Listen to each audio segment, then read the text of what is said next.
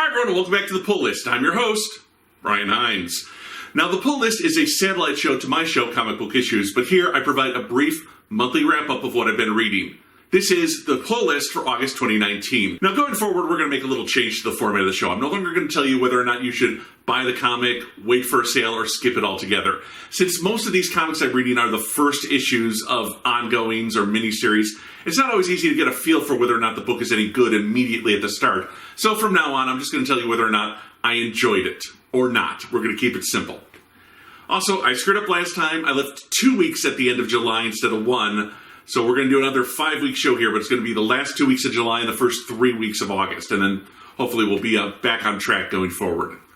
So with that in mind, we're going to jump back to July 23rd for the August 2019 pull list with Week 1, the MARVELS Epilogue. To celebrate the 25th anniversary of MARVELS, the miniseries that put Alex Ross's painted art on the map, Ross and his writer Kurt Busiek reunited for this epilogue. Now, let's make this clear. Without MARVELS, there would not have been Kingdom Come. There wouldn't have been Astro City or the Earth X trilogy. MARVELS was extremely important, and it all started 25 years ago with this photorealistic art and following Phil Sheldon, a reporter, as he tracked the introduction of superheroes into the Marvel Universe. He kind of provided that everyman point of view to how the superheroes interacted with normal people, or how they scared us, how they inspired us. Now, the epilogue has a new 16-page story where photographer Phil Sheldon takes his now-grown daughters to Rockefeller Center to do some ice skating on New Year's Eve. All of a sudden, the Sentinels attack, and it's up to the all-new, all-different X-Men to save the day. There's a nice scene where Phil realizes that his daughters are just like him. They don't want to leave. They want to stay and take pictures and observe the superheroes just like he always did in those 4 issues. And as if to signal it's a new era, there's a very nice splash page where all 3 of them are super impressed by Storm, one of the first black female superheroes. The rest of the book features a Mad Magazine 2-page spoof, an interview with Busiek and Ross, and finally pages from Ross's sketchbook for this new epilogue. It's not hard to believe that this story is going to be included in future reprints of the Marvel miniseries, but that shouldn't stop you from going out and getting this issue. If you're a longtime fan of Marvel's or just Alex Ross's art in general, or even if this is your first exposure to Ross's hyper-realistic style of painting, you should get this story. And if you haven't read Marvel's, don't worry. You don't really need to have read Marvel's to enjoy this epilogue. The story stands on its own. It's just a fun introduction to the X-Men through Phil's point of view. Now for Week 2, it's Death's Head #1, a new miniseries from Marvel Comics. Death's Head, yes, was a very obscure character in the 90s. A bounty-hunting robot with a unique way of talking, yes? I don't know if he sounded Russian or not, but he always said yes in weird places. He got a start in the UK Transformers comic book and even showed up in some of the 7th Doctor Who's adventures. He showed up in the Marvel's America comics once in a while, most notably in a She-Hulk comic, but eventually got replaced by the more savage Death's Head 2, who in turn got replaced by Death's Head 3 that appeared in Planet Hulk.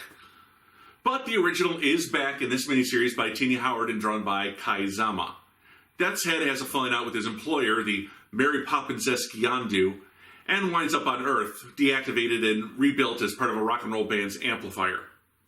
He reactivates only to run into 2 of the young Avengers, Wiccan and Hulkling, who have their own strange connection to the bounty hunter. Now, the robot finds himself in a series of sad-sack loser situations, but never loses his holier-than-thou attitude or his penchant for violence. So it's actually a lot of fun to see this robot stuck in these embarrassing loser situations, but then lose his cool and go ultra-violent on everything. He was kind of a Marvel UK version of Lobo, if you will. The art has a sort of textural look that reminds me a lot of what Liam Sharp was doing when he drew Death's Head 2. Overall, we don't really know where this story is going after the first issue, but the humor and art are good enough that I'm going to be back. But then, I'm a huge fan of this super obscure character, so I'm not exactly objective. Now for Week 3, it's Archie the Married Life, the 10th anniversary miniseries, issue 1 of 5. There was a time before Riverdale. A time before Archie vs. Predator, when the only place to find Archie was in those supermarket small digests. Then Archie made the news 10 years ago when it was announced he was going to marry his longtime girlfriend, Veronica. But then shortly after that, it was announced he was going to marry Betty. We got The Married Life, which followed Archie marrying both of his sweethearts and having competing storylines that followed the red-headed lad through his life with his new spouse. Each story ending with that happily ever after we all want, featuring 2.5 kids. They eventually spun it off into Archie the Married Life Ongoing, which was set after the marriages but before the children, and it came to a tragic end with the death of Archie. Well, it's 10 years later, And Archie is putting out an anniversary miniseries. The kids are here, Archie's alive, but again in two competing series of Life with Betty and Life with Veronica. In Ronnie's world, Archie's overworked, Veronica wants to go back to work, and an old friend is sabotaging Moose's political career. While in Bettyland, they have to deal with Archie's dad getting dementia, Reggie being put in his place by the Me Too movement, and Moose investing in Jughead's restaurant. Now, I read both of these series all the way through, so for me it's fun to revisit these stories. So I'm getting this book, but if you haven't read the previous series, you might be a little lost. Fair warning, this book is for fans of the original series. Now, for week 4, actually week 2 of August, it's Detective Comics 1009. Now, Peter Tomasi took over the writing of Detective Comics back on issue 994. His run on Superman with Clark, Lois, and young John as a family was one of my favorite runs of the Rebirth era. So even though he wrote Batman and Damian in that book and then the spin-off Super Sons, I have to say, I've been disappointed with his run on Detective Comics so far. After a long introductory arc exploring Bruce Wayne's psyche and then taking the Arkham Knight from the video game and putting it into the comics, he's had a series of 1 or 2 issue arcs. None of them very memorable. This issue, despite featuring Mr. Freeze on the cover, stars Deathstroke as the special guest villain of the week. Freeze shows up, but it's in the epilogue. Deathstroke hijacks a plane with Bruce and many of his employees on it. The hook here being that Bruce has to save the day as himself rather than Batman or risk his identity being exposed. It's an okay story. It's to be continued, so it leaves you on a cliffhanger. Bruce is overtired from his crime fighting and making confusing decisions in the boardroom because he wants to follow up on some shady deals. And Deathstroke isn't anything more than the sarcastic guy with guns here. It's mediocre, and that's me being kind. The frustrating part is I know Tomasi is capable of much better writing than what he's been doing on Detective Comics. And finally, on week 5, it's Transformers issue 0. To celebrate the Transformers' 35th comic book anniversary, IDW has reunited the original Marvel Comics team of writer Simon Furman and artist Guido Guidi. Hope I pronounced that right.